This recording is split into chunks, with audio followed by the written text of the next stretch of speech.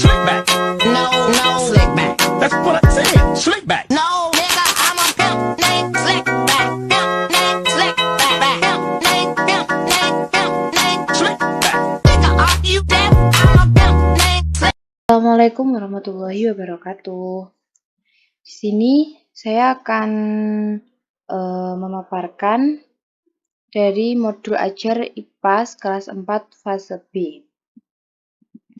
Yang pertama, di sini ada informasi umum perangkat ajar yang berisikan nama penulis, Qurratul Uyun, nama instansi SDI Nuris, tahun pelajaran 2023-2024, jenjang sekolah SDI, fase B kelas 4, bab 3 pada materi gaya di sekitar kita. Elemennya yaitu IPAS, ilmu pengetahuan alam sosial. Alokasi waktu 1 JP yaitu 35 menit. Yang kedua, selanjutnya ada kompetensi awal. Di sini berisikan peserta didik memahami definisi gaya, peserta didik memahami konsep gaya otot, dan peserta didik memahami konsep gaya gesek. Profil belajar Pancasila ada 3. Yang pertama ada beriman, bertakwa kepada Tuhan Yang Maha Esa dan berakhlak mulia. Kedua, berbineka global. Ketiga, ada bernalar kritis. Selanjutnya yaitu sarana dan prasarana. Ada sumber belajar, berisikan buku guru dan siswa IPAS kelas 4, LKPD, internet, dan lain-lain. Kedua, ada media, yaitu ada LCD, proyektor, laptop, PPT, dan speaker. Yang selanjutnya ada target peserta didik. Di sini ada targetnya yaitu pada peserta didik reguler dan peserta didik dengan pencapaian tinggi. Model pembelajaran yaitu project based learning. Selanjutnya metode yang digunakan dalam pembelajaran ada 3 yaitu ceramah, tanya jawab, dan 3 pengamatan. Yaitu selanjutnya mode pembelajaran luring, luar jaringan atau offline. Masuk pada komponen inti. Capaian pembelajarannya, peserta didik mengidentifikasi proses perubahan wujud zat dan perubahan bentuk energi dalam kehidupan sehari-hari. Tujuan pembelajarannya, peserta didik menganalisis gaya gravitasi dan pengaruhnya terhadap benda. Kriteria pencapaian tujuan pembelajaran ada 3. Yang pertama, kemampuan peserta didik menjelaskan pengertian gaya gravitasi. Peserta didik mampu menyebutkan contoh gaya gravitasi dalam kehidupan sehari-hari. Ketiga, peserta didik mampu menjelaskan pengaruh gaya gravitasi pada suatu benda. Selanjutnya yaitu pada pemahaman bermakna. Di sini ada peserta didik memahami konsep gaya gravitasi dan manfaatnya dalam kehidupan sehari-hari. Selanjutnya ada pertanyaan pemantik. Ada 2, yaitu yang pertama, mengapa sih bola yang dilempar tinggi ke atas akan tetap jatuh? Dan kedua, mengapa pesawat bisa terbang dan tidak jatuh? Selanjutnya ada persiapan pembelajaran. Di sini ada 2, yaitu guru menyiapkan kebutuhan pembelajaran seperti bahan ajar dan LKPD. Kedua, guru mengingatkan peserta didik untuk mempersiapkan alat tulis yang diperlukan. Masuk pada kegiatan pembelajaran. Pada pertama kegiatan awal, di sini membutuhkan waktu 5 menit, yaitu ada guru memberikan salam, guru mengajak peserta didik untuk berdoa bersama yang dapat dipimpin oleh salah satu peserta didik, dan lain sebagainya. Lalu masuk pada kegiatan inti memerlukan waktu 25 menit. Di sini ada 2 kegiatan. Yang pertama, orientasi peserta didik pada masalah. Di sini pengenalan pembelajaran pada peserta didik. Lalu ada mengorganisasikan peserta didik untuk belajar.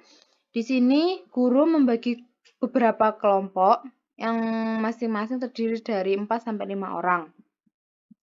Lalu masuk pada kegiatan penutup membutuhkan waktu 5 menit. Di sini berisikan refleksi guru terhadap siswa dan menyimpulkan tentang materi yang sudah dipelajari.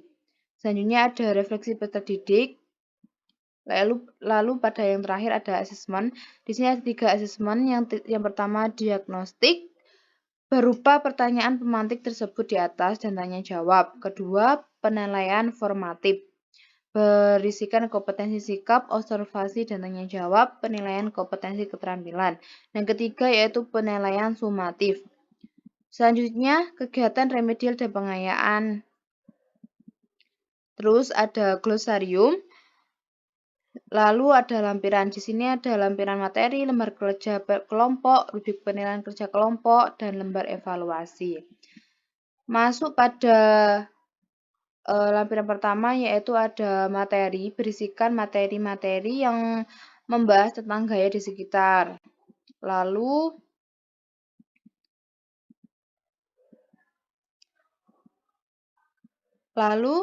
lampiran kedua ada LKPD, lembar kerja peserta didik. Di sini ada soal-soal untuk peserta didik.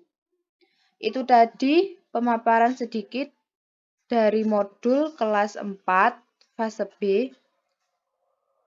Selanjutnya ada video mengajar kelas 4.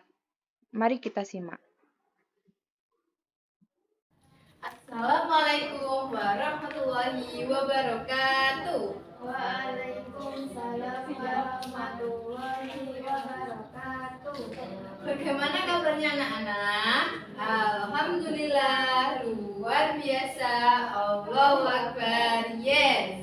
Baik. Sebelum kita memulai pelajaran hari ini, kita berdoa terlebih dahulu ya. Bismillahirrohmanirrohim. Ibu absensi dulu. Anki Lailatul Islami. Baik, bagus. Bagus semuanya. Pada hari ini kita akan belajar tentang gaya di sekitar kita. Apa Nana? Gaya di sekitar kita. Bagus.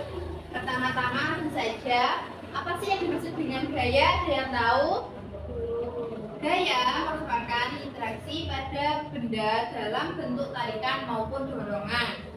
Interaksi ini akan menggerakkan suatu benda yang semulanya diam akan menjadi bergerak. Lalu macam-macam gaya itu ada banyak. Yang pertama ada gaya otot.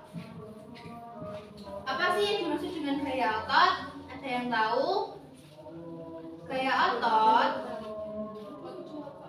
otot merupakan gaya dikeluarkan dari manusia maupun hewan menggunakan otot pada tubuh mereka. Contohnya, ibu di sini akan mendorong ini.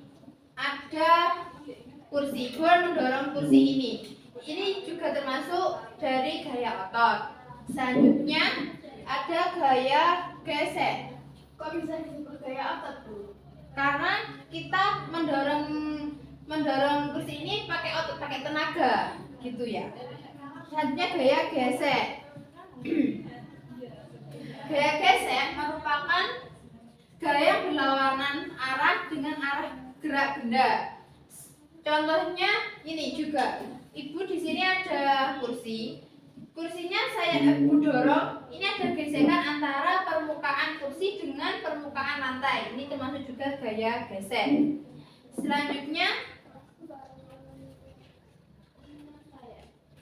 Selanjutnya yaitu gaya magnet.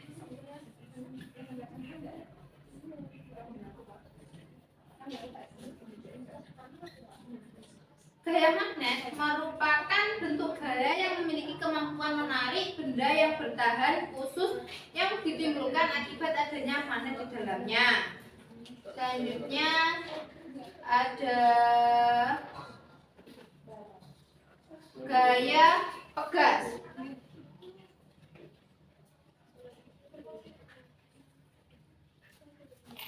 Gaya pegas merupakan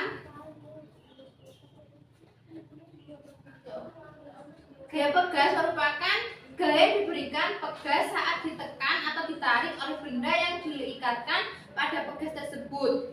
Gaya pegas ini biasanya ada pada benda elastis. Contohnya ini, ibu mempunyai gelang karet. Gelang karet ini merupakan benda elastis. Di saat ibu menarik karet gelang ini terjadi tarikan. Nah, ini yang disebut gaya pegas. Selanjutnya yaitu gaya gravitasi.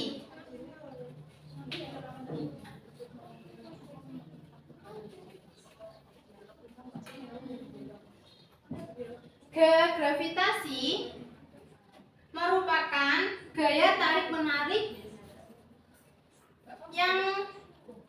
pada bumi. Contohnya ini. Contohnya bisa ada pada buah pohon yang kayak buahnya udah matang, itu otomatis akan jatuh ke bawah ke tanah. Contohnya ibu ada ini benda, ini kalau ibu jatuhkan akan jatuh ke tanah. Ini termasuk gaya gravitasi. Dari sini ada yang ditanyakan anak-anak.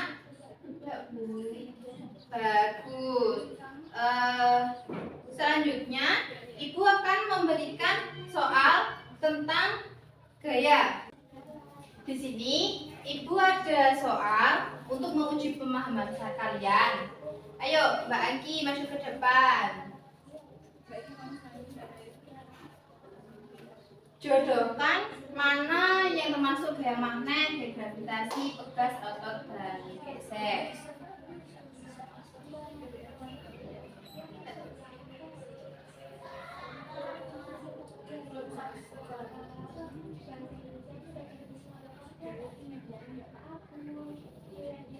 Sudah, Bu.